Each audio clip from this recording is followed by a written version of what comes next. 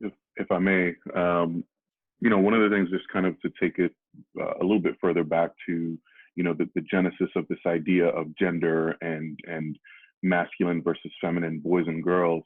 I've, just started to kind of dig into the research and look at where did this all begin? And when you look at indigenous societies in North America and Latin America or South America, and even Africa, they've always been, or a lot of them have been matriarchal, right? And so where was this idea of patriarchal society, gender, male, female introduced? And I think a lot of that came through when religion kind of swept throughout the continents, when certain European influences swept throughout the continent. A lot of that stuff was introduced. But what I'd like to see is for all of us that are doing this work and on this call is if we can start to analyze what a decoupling of gender from sex looks like. Gender being a social construct, we're taught boyness or maleness. We're taught what it means to be a woman. And that's different than sex, right? You're not born a boy or a girl.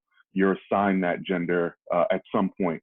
And I would argue that starts as soon as the woman says she's pregnant. What are you having? You're having a boy or a girl.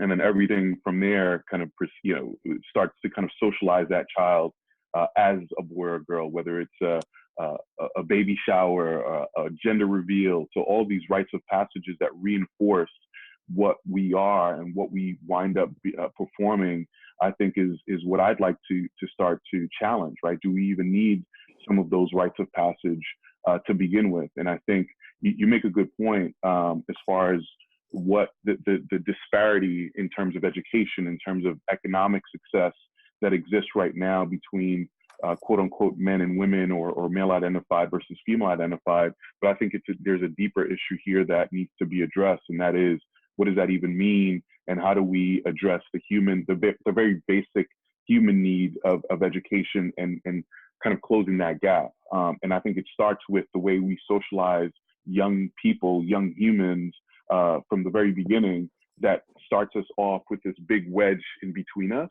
And then we're spending the rest of our lives trying to kind of bring that, close that gap.